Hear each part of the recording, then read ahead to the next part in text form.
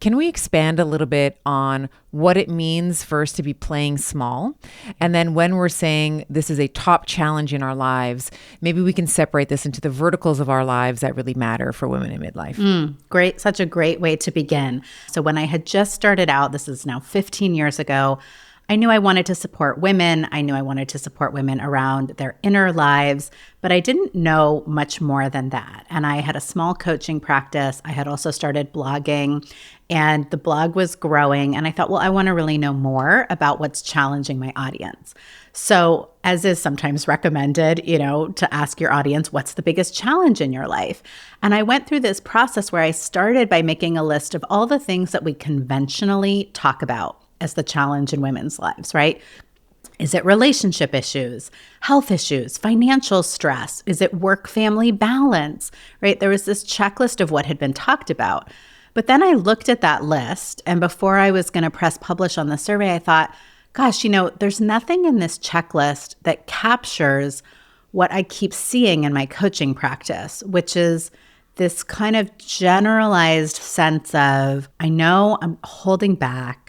I feel like I'm not really fully going for the life or career that I would go for if I was being my most courageous, authentic self. And I am a little stuck. I don't know exactly why I'm doing that or how to change it.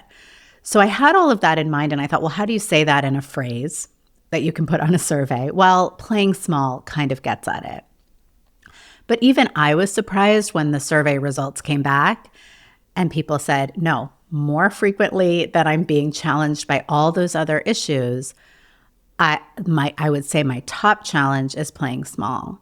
And I've done that survey over the years multiple times. I just did another version of it again this fall. And I thought maybe with everything that's going on in the world, women aren't feeling as challenged by that. But again, those same answers came back. So it's not only that we're playing small, I think it's also fascinating that we are aware that we're playing small. And it remains a persistent challenge. Like we're walking around going, I know I'm kind of playing small, but what do I do about that? And in terms of your question about the verticals, that can show up in a lot of ways.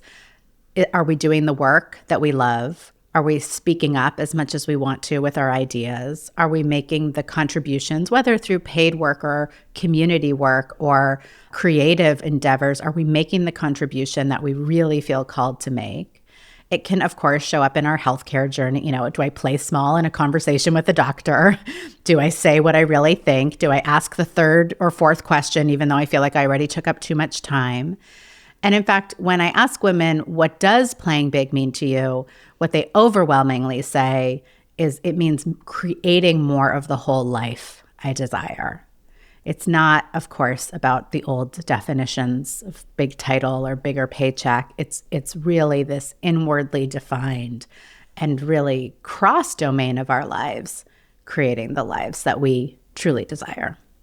So as you're talking about this, I'm thinking about some of the personality traits that women tend, I'm going to be painting some broad strokes here, but women tend to be more nurturers. We tend to be more agreeable. Is this like a nature versus nurture question in terms of why we don't speak up, why we don't feel like we ask the third question at the doctor's office, why we don't feel like we are the first to speak, let's say, in a meeting, why we don't go for the things that we desire? Is that something to do maybe with our inherent biology as females, right? Or is it a result of conditioning in society? Like, why is it that women don't speak up and sort of chase after the things that we desire in the way that we want to, or the way that we feel like we should be doing? Right. It's such a great question. And I think it's an open question.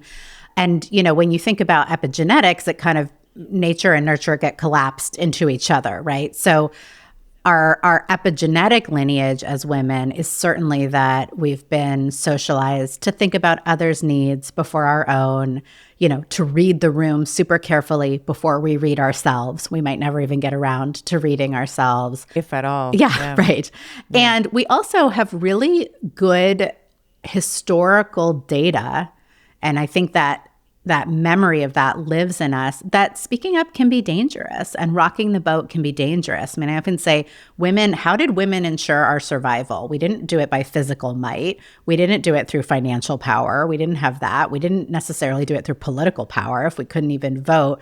How did we survive? Well, we kind of shape-shifted to adapt to what we needed to adapt to in the cultures and systems of power around us. We did it through, in a way, relational power, being liked, being acceptable. But here we are in this kind of new historical moment where maybe we want to hang on to some of that and we may want to let some of that go. And what was actually dangerous in the past is, for many of us, not truly dangerous anymore, but we have a lot of that fear instinct and conditioning around it. The reason I would, also put a question mark around, is this just biological, is that there's a lot of research that shows that, for example, when women are in single sex groups in educational environments, they don't experience some of that same holding back or self-doubt. So that goes a little bit more to, what's the social context and how is that making us feel about ourselves? How do we see ourselves because of the cues we get in the environment and all of that? Okay. And so if we are thinking about playing bigger in our lives and going after the things that we desire, why is it something that we need to consider in midlife? Yeah. Well, I would say it's a special opportunity and crossroads to consider it in midlife. One, there's that beautiful thing that happens where we start to know ourselves better than we did before. We know more about who we really are and what brings us joy. We've been around the block enough times that we know the costs of self-betrayal. We know how it feels. And in 2025, midlife means we've still got a whole lot of time in front of us to intentionally choose how we're going to live it. So to me, it's all those things in combination that make it an especially opportune time. And I think, as you probably see with your guests and your experts, it kind of feels like in midlife, change comes calling for us no matter what. Like developmentally, we are pushed to up level. And so it's not really a question of, is the change, are changes going to happen for you or not, but just how are you going to choose to respond? What path are you going to take at that midlife crossroads? Yeah, as you're talking, I'm reminded of a couple of guests who've been on the show who've talked about the grandmother hypothesis, where in midlife, of course, we lose our reproductive capacity, but the grandmother hypothesis postulates that maybe we're no longer reproductive, but we're incredibly productive. We can be incredibly productive in our communities. We can be productive in our families. We can help, daughters who are having children. We can help with the child rearing. We can help with the cooking, all the things that we do, maybe so well in a cultural aspect and also in a societal aspect as well. And I think that, if I can interpret what you're saying, and certainly you can correct me if I get this wrong, is in midlife, and my understanding of sort of the neurological changes that happen as well, is at least in the perimenopausal transition, it can be a little bit more vacillating in terms of how we feel about things as we're going through a lot of these biological changes. We're losing some of our sex hormones. Maybe there's other big life events that happen, divorce, moving, all of the things.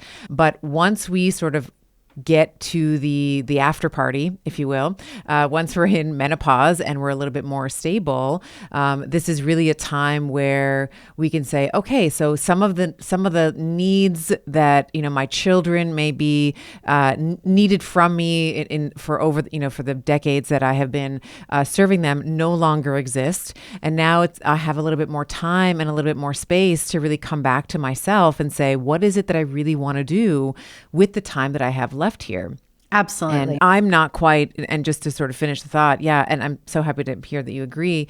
I'm not quite in menopause yet, but I do find myself like thinking about mortality. It's like, okay, I'm almost 50 years old. Like I'm not that far away from that marker. And that's more than midlife, right? So what am I going to be doing? What am I going to be doing with the time that I have left? I'm so glad you're sharing all of that. And the other pieces it makes me think about is, not only are we not as taxed on a daily basis by caregiving sometimes at that stage of life, but we're bringing with us everything we learned from the caregiving years, which is so much wisdom that our world needs. The things that we learn from the caregiving years are not really the principles that run our world, that run the political realm or the professional realm. We could talk about more of what those are, but there's such a lack in the culture to bring the wisdom of what you learned through those hard caregiving years, I think, forward into the broader societal realm in new ways. And as you're talking about, we're not only aware of mortality, but then that we start thinking about legacy. And I find that, for women, often I don't hear them talking about legacy as like, what building could permanently have my name etched into it so that my ego feels, certain that I'm living on. They're thinking about legacy like, I love my children and grandchildren. I love all children. What's the world we're leaving for them? And so many of us, I think, start to think about the long-term future beyond us in new ways, and how do we want to spend our time and energies contributing to something that will be meaningful around that. Yeah, I have this conversation sometimes with my husband. It's something like, we'll question each other. Like, he asked me the other day, like, what do you think your greatest purpose is? And, now in midlife where I'm thinking a little bit about this more. Certainly my career is very important to me. There's no way I would never not do this podcast. It satisfies my intellectual desire to learn. I'm an eternal student. And I won't say but, I'll say and. My greatest joy is seeing my children thrive. Like my greatest joy is doing all the time that I poured into my children, sort of watching them grow up and see bits of the evidence of the moral compass that I've installed into them. So I don't have desires to have my name on a building, but to your point, I do love the idea of, my lived experience being transmuted through my children and having them build on that in the span of their lives as well. That is such a beautiful, I think, based in the feminine revisioning of the concept of legacy, that legacy comes through love. And it's the way the essence of our being gets imparted to other people, whether we did that as a parent or as a teacher of a course or as a voice that people listen to in their ear in their podcast. It's like something about the energetic essence of us we were able to transmit outside so that it's in the energetic essence of others, and those others go on to hopefully do the same. I think, I call that the other immortality, and it's very relational. And I think we need to lean into it more. Yeah. I love that. it was interesting. Last night I was on a panel. We were talking about menopause and perimenopause and hormone therapy and the intersection of pharmacology and lifestyle. And I had some people come up to me afterwards, like, you're so confident. Like I love, cause I'm the first person, I'm like, I have something to say about this. Like there was a question posed to the three doctors on the stage, and I would jump to answer it. And, I had a couple of people reflect that back to me, like, you're so confident. Like, how do you do that? You're not even fidgeting on stage, anything like that. So coming back to some of your work around playing big, and that's not something I've worked on. I'm like, don't fidget. Like I wasn't, right. Like, I have so much to say about this. But if we have we lovingly call our community our Betties who listen to the Better podcast. So our Betties who are listening that maybe they have that sort of inner, that inner gremlin, that inner critic that's always like, you're not enough, you're not pretty enough, not smart enough, not enough, like you're not enough in some realm. Yeah. How do we begin to, I don't want to say annihilate that voice, because it is useful insofar as, it wants to keep us safe. But how do we start? Is there another voice that's in there that maybe we can start paying attention to? Or maybe the question I'm getting at is, how do we quiet that self-doubt? How do we get closer to playing big? If we have these big desires that maybe we're keeping close to our hearts that we would never dare admit because it's too scary to admit how big our desires are, how do we start to move towards that through quieting self-doubt and maybe listening if there are other voices in there, or encouraging a different narrative, let's say. Yes. Great. So absolutely, this is a huge obstacle, challenge. It can be the thing that really keeps people playing small, which is that voice of self-doubt. And one of the worst things about it is that most people would not even say, well, it's my voice of self-doubt. They would just say, what's keeping me back is that I'm not qualified enough. I'm not this. So we don't recognize it generally as a voice of self-doubt. We think it's our own best thinking, or we think it's like a fatal flaw of what's keeping me back is I'm not confident because I know I'm supposed to be confident. And so it can hold us back in any or all of those ways. And, it's pretty striking. I go into so many rooms and talk about the inner critic, and then I'll ask women, just like, tell me what your inner critic says. And if I'm, teaching online, people will stream things into the chat or say them into the room if I'm in a room, and it is just, no one wants to hear from you. You're not good at that. Your English isn't good enough for you to even speak in the meeting. You got hired by accident. It's all of those things. And they become like the background music that we're just living with that we don't even notice anymore. So a couple things. The first is, as you're already pointing to, we want to start to think of that as a voice within us, not our best thinking, and not even really an essential personality quality of lack of confidence, because that's not super actionable. There's no formula for becoming confident, and all the research shows that achievement and awards and accolades and climbing whatever ladder does not impact confidence. So don't wait for that. That's not going to get you there, much as we think it will. Arguing with your inner critic doesn't tend to get you there. So we're not thinking about it as a personality quality that we need to change and get confident, but really starting to go, okay, there's a voice. And I like to think of it for myself. It just helps me. I like to think of it as like a little pinpoint in my head. Like I picture it as small. So just landscape wise, it's like I've got a very big brain. And then there's this one point that is this mental chatter, self-critical narrative that I can put all my attention there, or I can right size it again. And it is, as you're saying, it's part of our safety instinct, but it's not a helpful part. So I'm sure, right, many episodes of your show have talked about our flight or fight response and the nervous system, right, and how that response that was designed to help us evade physical threats, unfortunately, still is what fires when we face an emotional threat. So you face the emotional threat, let's say, of, I want to start a business, but there's an emotional threat. It might fail. No one might show up. I want to speak up in the meeting, but there's an emotional threat. People in the room might think my idea is crazy. What your body's going to do, if you perceive that as a threat, is go, oh, we need adrenaline, we need cortisol, we need to, maybe we need to throw a punch or fight a kick, maybe we need to sprint away.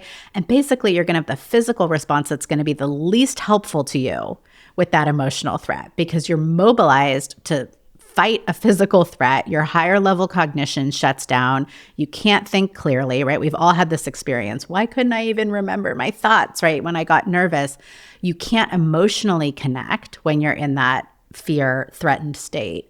So you have none of what you need.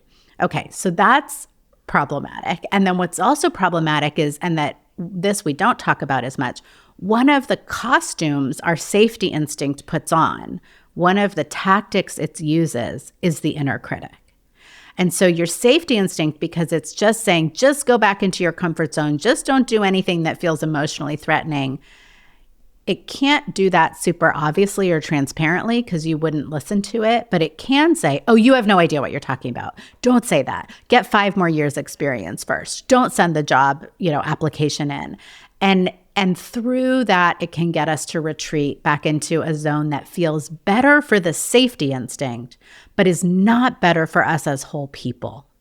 And sometimes I say, if you've ever worked in like a bureaucratic corporation where there need to be departments talking to each other, but they're not, sometimes you can think of yourself that way. Like there's the safety instinct department. And then there's your fulfillment and your self-actualization. Well, which department should be directing the show, right? The whole person fulfillment. But the safety instinct can hijack things and doesn't really care if you have a fulfilled or joyful or self-actualized life. It's only concerned with sort of the metric, so to speak, of safety and its perception of survival, which was never designed for our 2025 emotional threats anyway. So, given all of that, I have, after a lot of coaching people around the inner critic, really evolved to, since our safety instinct isn't going away and our emotional risk-taking, hopefully, if we're living our lives, it's not going away, then we're really not trying to graduate from having the inner critic. We're just trying to relate to it more wisely. And it will be there. It will be there when you're doing the most important leaps in your life. Your inner critic will be there chattering away. So what do? We notice and name it. We can create a character that personifies it and playfully work with that character. We check what's the fear underneath and respond to that with a lot of compassion. And we also connect with our values and our desire to serve. And I think that shows up in a really interesting way, Stephanie, in the example you gave of this panel, because it sounded to me like it was not you self-assessing and going, I know, I'm good enough, and that's why I'm going to speak. It wasn't about self-assessment. It was, I think I have something valuable to share. And also you lit up, like, it's fun to share it. And I would say those are both values. Those are both intrinsic to you. They're intrinsic to your experience of how that panel feels to you. It's not you going outside yourself and going, did I decide I measure up to speak? Yes, that is very on point. And I will, in the spirit of honesty, say that it was not always that way. Mm-hmm. I remember the first time that I got up in front of, my husband runs big events. He'd asked me to speak at one of his big events. There was 1,500 people there, and I was literally shaking. I was on stage. I brought papers with me because I was so scared I was going to forget everything I was going to say. And literally the only thing that got me on that stage that day, like Giovanni, my husband, had to coach me onto the stage. I was so scared, was that it wasn't actually about me getting, like, he was like, you have so much information and wisdom from your, professional, schooling and your experience as a clinician, et cetera, et cetera. It's not about you at all. It's about, like, he's like, just pretend that 1,499 people are not going to take anything away from this. And there's just one person I'm even just like crying saying this, but he's like, like, I'm trying, like, I feel like the tears like getting really hot in my eyes as I'm saying this, but there's one person in the audience that day that like really needs to hear what you have to say. And that's literally the only thing that got me on the stage that day. I was so petrified, and I was like, actually, this has nothing to do with me. Yes. Like, I am not even an important part of this equation. It's just about like connecting with that one person. 1,499, they're like all X's, but there's one person in the audience that's like, oh my God, yes, that's what I need. That's my next step. I have my next step. Yeah. Yes, exactly. And that's, the pithy way I often like to think of that and remember it is that the goal is not to think better of ourselves. The goal is to think bigger than ourselves. And that's how we don't actually counter self-doubt thought by thought. We leapfrog over it by connecting with something that is so much bigger and more powerful. It naturally displaces any thinking that we're doing about ourselves.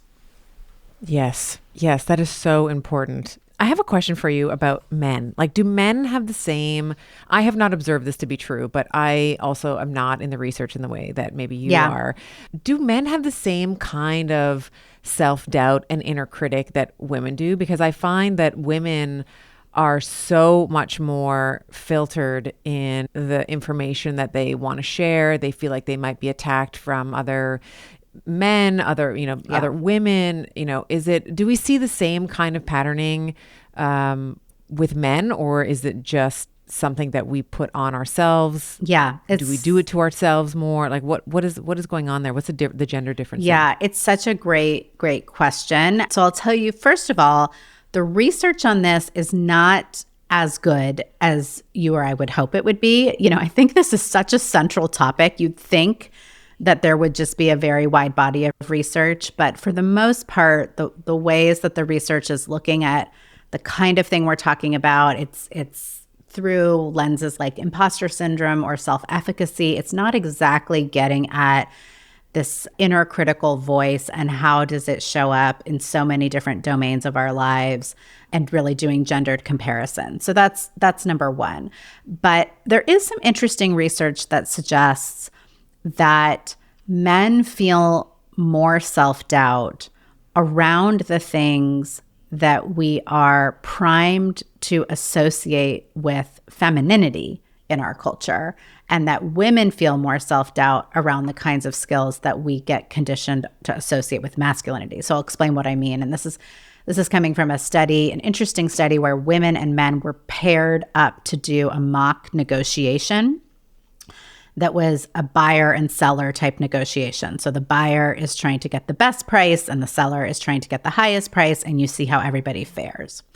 And you can see that if you send those pairs off with the instruction of, hey, you're being a great negotiator requires reading nonverbal cues and good emotional interpersonal skills, the men essentially go into more of a fight or flight response hearing that, and they perform worse in the negotiation and set their targets lower. Whereas if you keep things neutral, what you see in most negotiation studies is that women experience more of that fight or flight response because we get so many messages that negotiation is adversarial and it's more of a masculine domain. And so women tend to set their bars lower. But if you change those cues to say, hey, negotiation relies on all these traditional feminine qualities, you see that kind of self-doubt response get activated in the men. It's pretty fascinating. So that's a good place to land in how we think of the distinctions. And there's other research that supports that.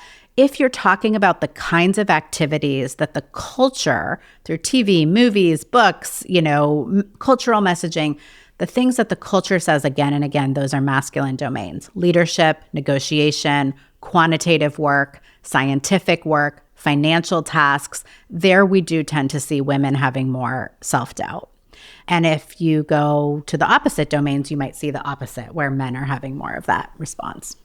Yes. And I think this is so rampant in movies. Yes. Any movie, like once you see it, you can't unsee it. It's like there's some crescendo, some conflict, and then the protagonist and the woman, and then the woman will turn to the man and say, what do we do now? And it's literally like every movie where there's a man and a woman, the woman at some point is like, what do we do now? Like, first of all, have you ever seen a mom where there's like their child is in trouble and right. She's like, I don't know what to do right now. No, she's like lunging, she's lifting the car, she's right. like, she's saving the child, whatever. But in movies, we see it all the time. And I remember, I think it was Reese Witherspoon sort of first brought it to my attention. I heard a clip of her saying it. And then literally like Love Actually, there's the Toy Story, like any movie where there's a female and there's like some crisis. She's like, what do we do now? And it's like, no woman ever does that. Like if there's a crisis, you can better believe that the woman is usually on the front lines, especially if it's her child, especially if it's something that's very valuable to her. She's trying to figure it out. Yeah. But that's what we're sort of, I don't know if it's a subconscious, I don't know what it is, but it's literally everywhere. It's a mind virus. It's very, yeah. And we get heavily primed in that. So it's this idea that we don't have agency. And then also, I think what a lot of movies tell us is that your plot line as a woman is going to be entirely dependent on who thinks you're beautiful or sexy. Like you may get picked up in the plot of life or not, depending on that. You may get rescued or not, depending on that, which is, obviously not a great message. And the other thing, right, we've seen from movies and with the Bechdel test, which looks at do two women ever talk to each other in a movie? And most movies fail this. So there's like this whole realm of the relationship between women. Yeah, it's fascinating. I think that there's some bar that they put in the test, like do they talk to each other for more than, 2 seconds? And the vast majority of movies fail. And I was just even recently, I was thinking about, I was listening to a podcast. It's called How to Survive the End of the World podcast, and it's two sisters host the podcast. And they did this series with pairs of sisters who are amazing activists. And I learned about there were all of these incredible, sister to sister projects that have been birthed and ways they supported each other. And it was just so stunning to me because I thought, I've never seen this in a television show or a movie. I have never seen a plot line driven by a pair of sisters. And so we all know as women, how rich our relationships are with our friends and the other women in our family members. And that's just kind of been erased from our map of how stories happen. Yeah. And it's even when I'm like, any movie with sisters, I'm like, I think there was like The Switch. There was like, there's always twins. Like there's, I'm thinking of like the Lindsay Lohan, they were switched at birth and like they met each other but again, it's like they're not helping or supporting each other. They're just like, who are you? You look exactly like I do. It's not them as an amazing duo team. Yeah. Or it's the opposite where they're at each other's throat and there's, it's always the evil stepsisters and that whole narrative. Yeah. Right. Oh, that's so interesting.